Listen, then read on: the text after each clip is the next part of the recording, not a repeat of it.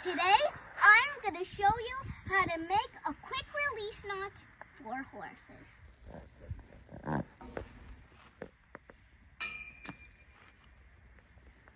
Shake, twist, grab,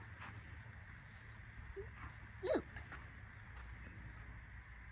Now we grab this over here.